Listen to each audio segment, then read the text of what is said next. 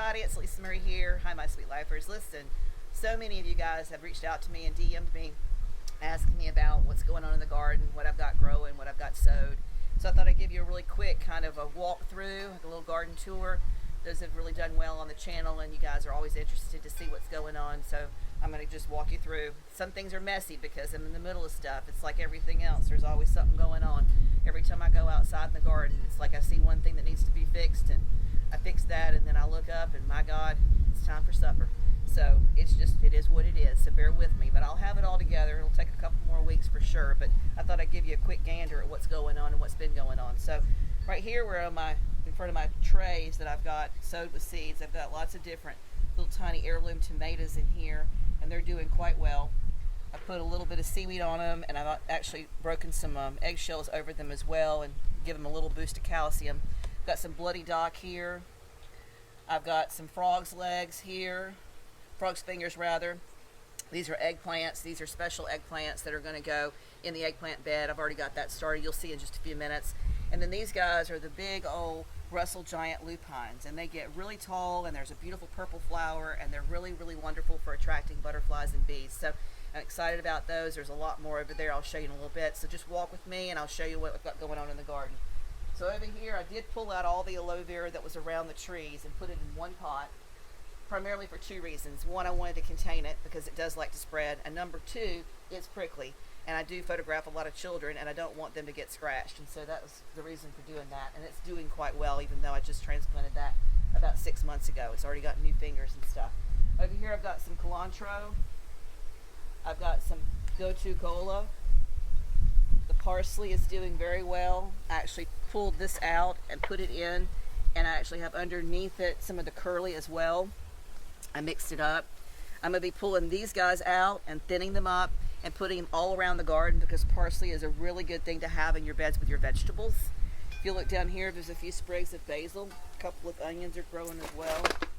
I've got oregano here. Again, this parsley is going to need to be pulled and thinned, and I'll do that. Parsley is a root, and it likes to spread. So you can see that this needs to go into a bigger pot. These were great for about a year, but to really get what you need to get from this, it needs to be cut back, put in another place. I'm going to put it out in the main garden so that it's got room to grow, and it'll be beneficial there as well. I'll get back to that after I get done videotaping with you guys. This is some Celtuce, and I had the Celtuce in the garden with the celery, but the deer ate it right down to the ground, and they won't come in here, so I moved it. And look how great she's doing. This stuff is wonderful in salads.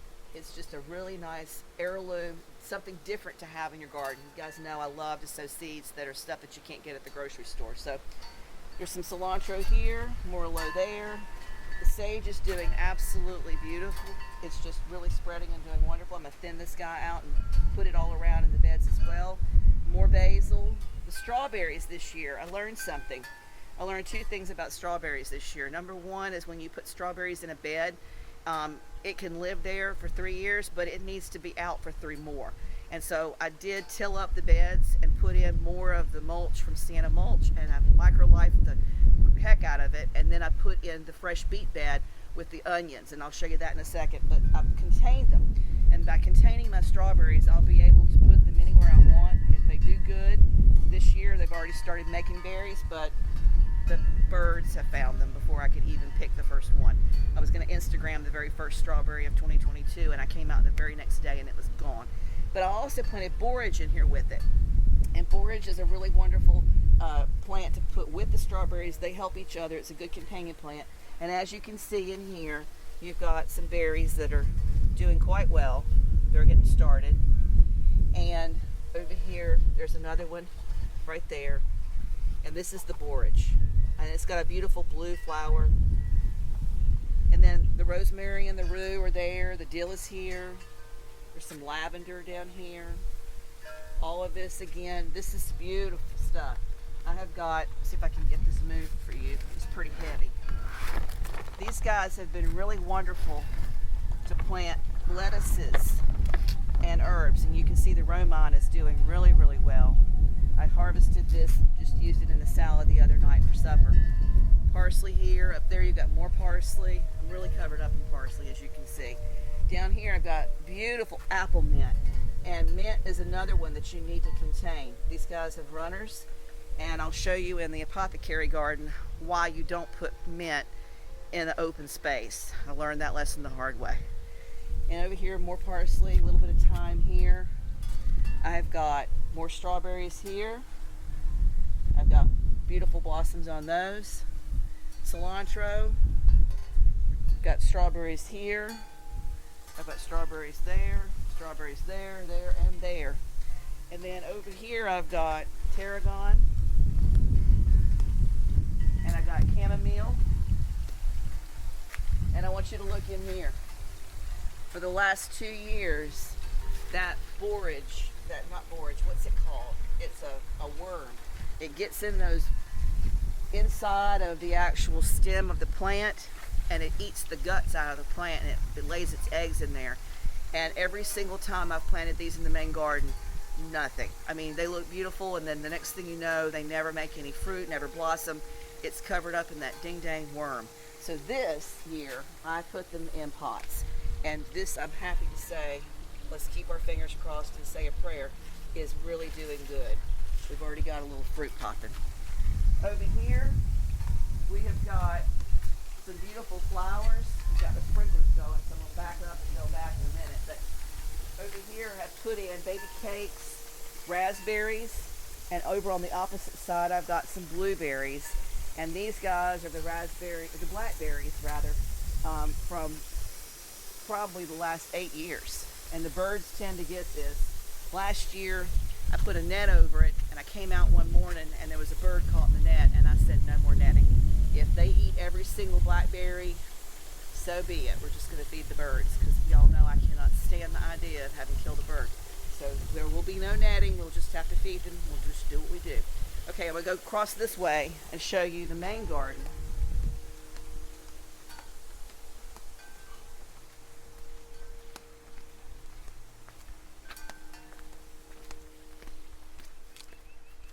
In this bed, I planted a whole bunch of gladiolus. And in the very back, I've planted all across the whole property, all along the outside of the fence, and all along the sides of the house. I've planted over 3,000 hollyhocks. Now, I don't know if you know about hollyhocks, but last year it just popped up in the middle of the garden. And I thought, this is a weed. And I don't know what this is. And I use my app, and I have an app that you can take a picture and you can see what it is. And I thought, oh my goodness, this is so beautiful, and it's so big. I just saw a gardener, a friend of mine on Instagram a couple of days ago in London, I think, maybe, somewhere across the pond. And he has done all into entryway of his entire home hollyhocks, and they're huge. They stand really tall, and they have flowers that go all over them, and they're just glorious. And so I'm so excited to see them. I planted them in all different colors, and so as the garden grows and things come into be their time of being here and being in the garden, as they are blossoming, I'll show you an update on that. But this bed here is all brand new with glads, and as you can see, they've popped. So I'm excited to see those flowers as well. And a beautiful place with a stone wall, obviously, to photograph my families as well. Another addition I've done to the garden is I moved this archway, and I put in here these beautiful vines, and they are all going to be covered, hopefully within the next year and a half. And it's red, a bright red. Now over here, we'll start with bed number 1. Some have been neglected and some have not been neglected.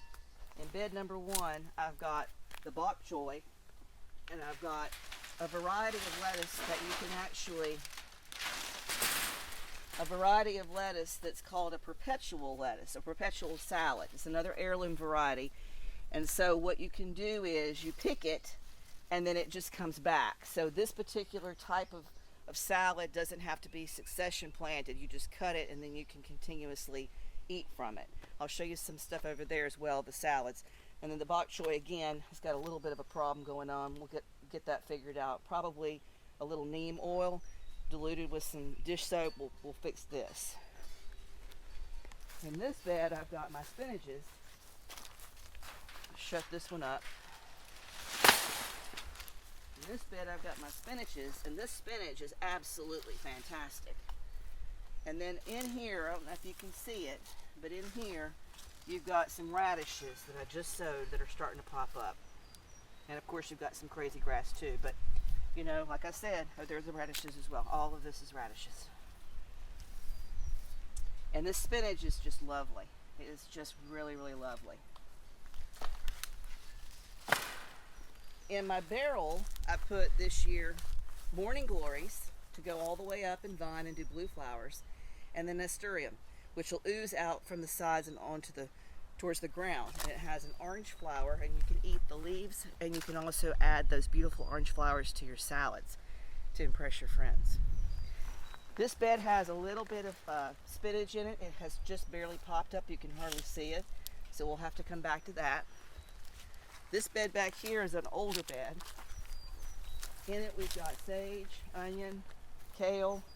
Look at those collards, guys. Good night. Aren't they beautiful? I call it my garden rose. They're so beautiful. I can't wait to make recipes with this. I'm going to stuff them. I'm going to blanch them. I'll make wraps with them. I'm going to show you how to do my southern style collard greens and black eyed peas over grits. There's a lot of cool stuff going to happen on the channel on the Sweet Life part with these beautiful collards. Another barrel, again, dressed in the same. This is my beet bed. This is the succession beet bed that I've got. I don't know if I can get in there and show it to you. We're still working on getting gravel and stuff put in. I'll see if you can see it. I'll lift it up a little bit. You can see those beets down in there have started to pop up. And of course I've got the onion. But you can tell this is going to be that red, that deep, bloody red beet. And you can always tell when, see that one over there, they're more yellow, and those guys are those golden beets. And look at those onions popping up out of the ground. Beautiful stuff.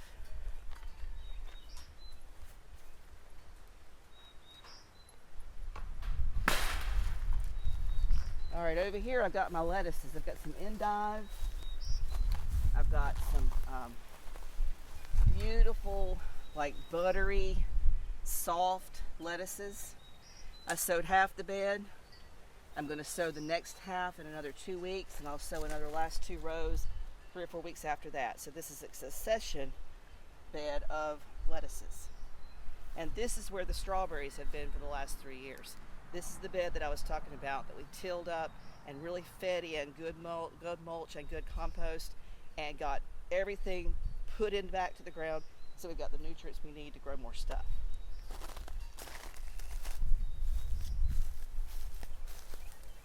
Look at that. Look at that lemon balm. Have you ever seen a lemon balm so big? This stuff grows everywhere. It's good for tea. It's good in tinctures. It's good to put with your lemonade. It's just good. It's good to have everywhere. I've got the chives.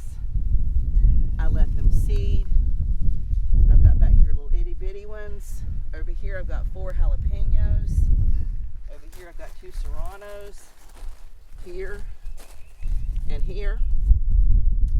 These guys are flowers that are just popping up from last year that just reseeded. I'm going to let them do what they need to do. Again, flowers are great to plant with your vegetables. They are wonderful. And back when we had our last freeze, these guys were covered and they were mad. When I pulled the plastic off of them, they had gotten all of their leaves withered, and they were just little tiny stubs with nothing on them. And I could see a little bit of green down at the bottom. So I took the Microlife seaweed and diluted it up and poured it on them. And their leaves, sure enough, came right back, and they're happy. They're as happy as they were when I first put them in. All right, in this next bed, I've got some wonderful things happening. I've got broccoli. Look at these broccolis. They're starting to crown. They're so beautiful. And inside of the same bed, I've got beautiful cabbages. Look at these cabbages. So pretty. Onion. Over here, I've got my pink celery that I grew from seed. It's just beautiful. Look at this. Look at that, guys. Gorgeous celery. And I don't know if you know, I've showed it to you before. When you go to the grocery store, if you'll take, here's another cabbage, if you'll take your celery and cut it and set it in a little pan for a couple of days, and then it gets a little bit of a root on it, and then you can stick it right down, just gently put it in the dirt and water it very, very gently. Do not overwater it.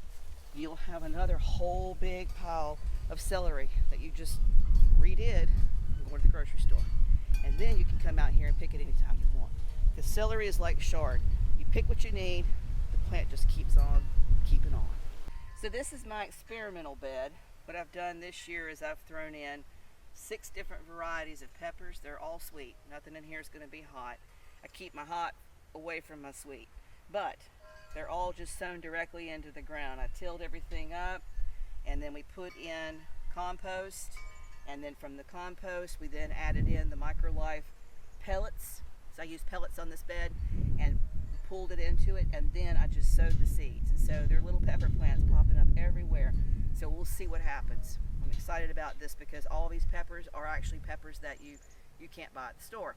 Again, same thing that I tell all you guys to try to do. Just try it. See what you think. You know, find something that you love to eat and go get a couple of different seed varieties and then just see what happens. You know, if you got good soil and you got good nutrients, you're going to get some vegetables. Over here we started working on earlier, and I'll get done with it in a little bit. I've got all my cucumbers potted up. They were all sown from seeds. Some of them were picked up from the store. The dragon's eggs in particular I'm excited about this year. These guys are like a light green egg shape, and they slice up and supposed to taste like you know, a salad cucumber, but it's got a real sweet kind of taste to it, and I'm excited to see what kind of relishes and pickles I can make from it too. So these guys are going to be in there. Look at that Swiss chard back there. Crazy amazing chard seeds. I just threw them down. And that particular bed right here at the end, the deer found this one. The deer came, and one day we were out here in the garden, and then the next day I'd planned on videotaping for you guys, and I came out here to do the chard, and there was like that much on the ground. So I got these great cages and put it down, and they couldn't get to it, so it got a chance to grow, and now that it's this big, they don't even bother it. This next bed here has got some parsley in it. It's got some spearmint in it. Spearmint's a great thing to put in your beds because ants don't like spearmint. And I found that out too, the hard way. As you can see, my hands are absolutely covered in scars from playing in this garden, and I need to do everything I can organically to keep them out of my stuff. So spearmint has been working. I'm excited to share that with you. This bed will also be cucumbers. Over here we've got a beautiful, another Swiss chard. I mean, just absolutely glorious. Just beautiful leaves. I think the reason why she doesn't have as many holes as she's had in years past is because I put rue in all these beds. There's rue in the dead center of this one, and this one we've got a little problem happening with the cabbages. But I'll get down to the bottom of that. I'm gonna put a little neem oil on them. We've got some broccoli here. These guys have not crowned yet. And we were just recently harvesting these beets for another episode for you guys, but these are the beets that are ready to go, and you know they're ready to go. They tell you they're ready to go because they push out of the ground. And when they push out of the ground, they're saying, hey, come get me, it's time to eat. And you can use every bit of this plant. You can use the leaves, you can make smoothies, you can put them in salads, you can chop them up and put them in your grits with your shrimp. And of course you know what to do with these beets. We pickle them, we slice them up raw. They're just beautiful. Brian just loves them. The onions are doing excellent as well. Lots of onions in here. Over in this bed, we've got some really cool stuff happening. We've got marigolds that have been reseeded from last year. We've got this beautiful eggplant. I've got some little baby eggplants that are on the table that I just showed you. They're going to go into this bed. And then I don't know if you can see it. Let me see if I can find it. There are these little tiny seeds right here. And this particular little seed right here is called a winged bean. And these guys look a little bit like okra. They've got kind of a funky shape to them like okra, but they're a bean. And the beans planted with the eggplants help each other. And so I put several of those winged beans in here, and I'm so grateful the deer have not found it yet, so knock on wood they don't. In this back bed right here, we've got more kale and all kinds of lovely Chinese greens. And these guys will be really tall. Some of them had yellow flowers on them. And once this gets really established and growing, I'll take this top off and I'll be able to show you a lot of recipes from those as well. So I don't have any idea why it took me so long to figure out about the dahlias, because I really have no excuse. But it's kind of like the hollyhocks. You live your life, you figure it out, you learn. So what I've done is now that I've figured them out, I'm going to really figure them out. And so you you can see, I planted these bulbs in, and they are going to town. They're popping up, but they're very expensive. They're one of those plants, it's like a bulb, 3 bulbs for like $15. And so I've been watching a lot of gardening shows, and I've learned how to propagate these. And so in another episode, I'm going to show you me propagating these dahlias, and we're going to see how we do with it. I'm excited about it because I really want to see, for photos and for just my own enjoyment in the garden, this entire bed absolutely full of nothing but dahlias. And of course a few things that are already here, but this is just a space that I want to see a lot of color. And I just am excited about what the future holds for this particular bed. Okay, so now we're on the opposite side of the garden. And in the very first bed on the opposite side of the garden, I've got my yellow sweet bell peppers. And the same thing that happened to the jalapenos and to the serranos when we had that last freeze happened to these guys. And what we've got is those first 2 little guys in the front need more seaweed.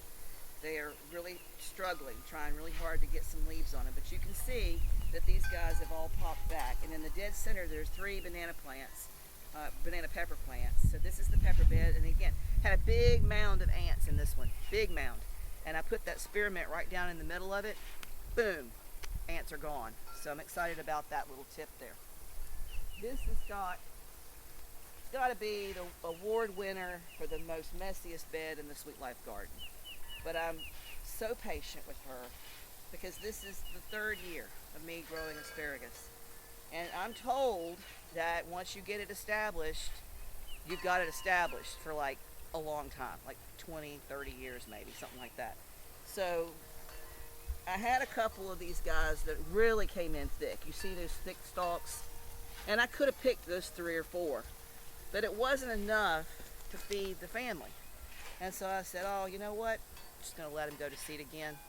Just let them go to seed again and let them do as much as they can this year. So this is going to be a long time before we see asparagus, but maybe next year we'll get some. But this is just, it's really wispy and lovely. It's a completely different texture from anything else in the garden, and I just love it, but it is quite messy. It looks like that Cousin It. I've got some parsley down here. I've got 3 little tomatoes because the tomatoes give off nitrates and they help each other with the asparagus. And so I just decided to add a few tomatoes into this asparagus bed this year to see how they do. I already had this over here on this side, so when they grow big and tall, I will have a place to put them over and you know, tie them up to this area, and they can grow and I can pick the tomatoes this direction. So this bed has got the mustard green issue, and literally, like, I don't know, 2 or 3 days ago, I came out here and did a watering, and I'm out here all the time, and I didn't notice it, but these guys look like lace almost. Something's eating this big time. So I've got to get in here and figure out what's going on with the mustard greens.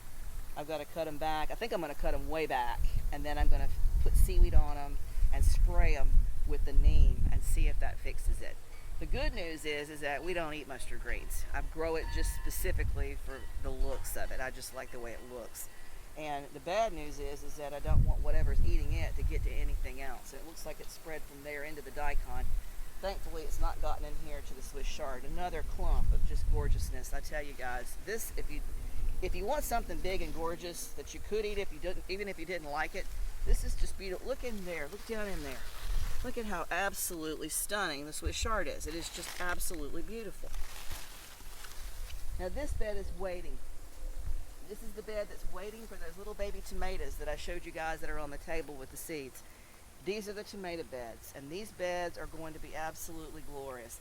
All the heirloom varieties, all the different zebra, striped, gorgeous Abe Lincoln, big, huge pineapple heirlooms. All of these will be in these beds within the next few weeks, along with, and I'm going to share that with you here, along with celery in the middle, radishes on the sides, carrots then again, and then the tomatoes, and a few onions sprinkled in for good measure.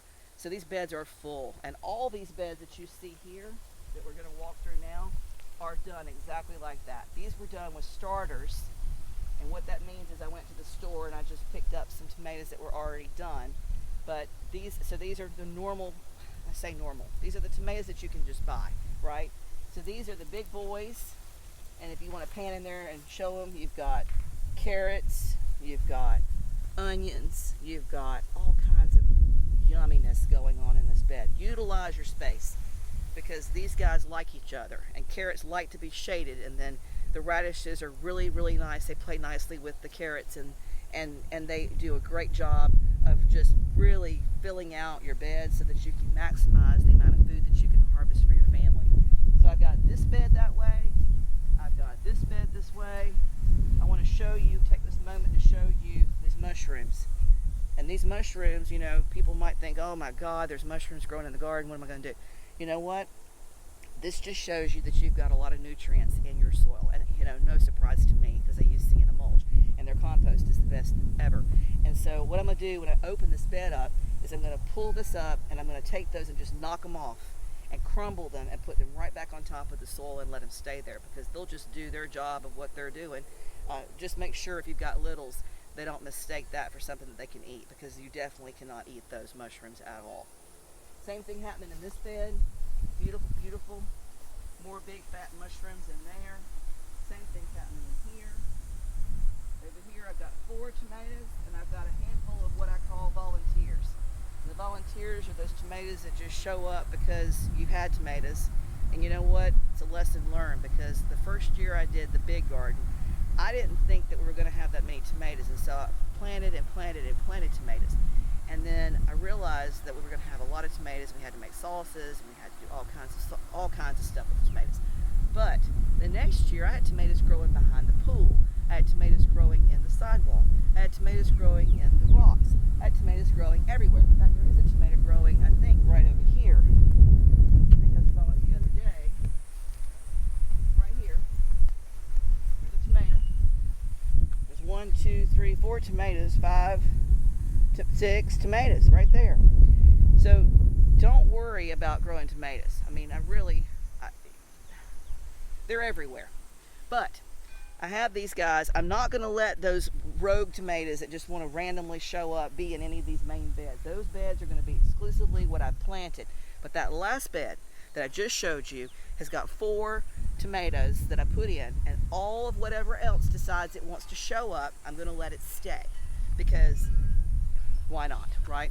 And what I ought to do, and what I probably will do, is as each of my families come to see me for photos, is just take a spade and scoop one up, put it in a little pot, and let each one of my children take off and go home and see if they can try their hand at growing tomatoes. Because why not? Why not? Over here I've got this back bed. This is going to be another bed that I'm going to put in some leeks, and I think I'm going to put in some okra. So this last bed is a bed just like the asparagus bed. It's going to win the second best place award for the messiest bed in the Sweet Life garden. But I got news for you guys. If it does what it's supposed to do, which I'm hoping it will, and it looks like it's going to, this bed in a few years are going to be chock full of artichoke. And artichokes, guys, are so good for you. They're one of those vegetables that is expensive, and it's just better if you can grow it from home. And so I have tried it. This is 3 different times I've tried to grow it. And I want you to look at this big, there's like 3 really big artichoke plants that are doing very well. I keep it covered because the deer love it. They'll eat it right down to the ground just like the Celtuce. But I sprinkled in seeds, the golden globe, the purple ones. And I want you to look in here amongst all of this crap that needs to be weeded out. I've got babies that are coming up. And artichoke like sand. So unlike any of the other beds that we have in the garden, this one has sand mixed in with the compost specifically for its growing conditions. And it's doing very well. I'm very excited. Over this weekend, I'll get in here and pull these guys out and make it cleaner. But again, I just wanted to show you what's going on in the garden, and that way you've got an idea, since you guys were asking me about what's growing in the garden. So I hope you guys have enjoyed it. I hope you guys have found some value in it, maybe learned a few things, little tips here and there about what to plant with what. And if you did, do me a favor, like and share. Don't forget to ring the bell, and we'll see you soon. Take care.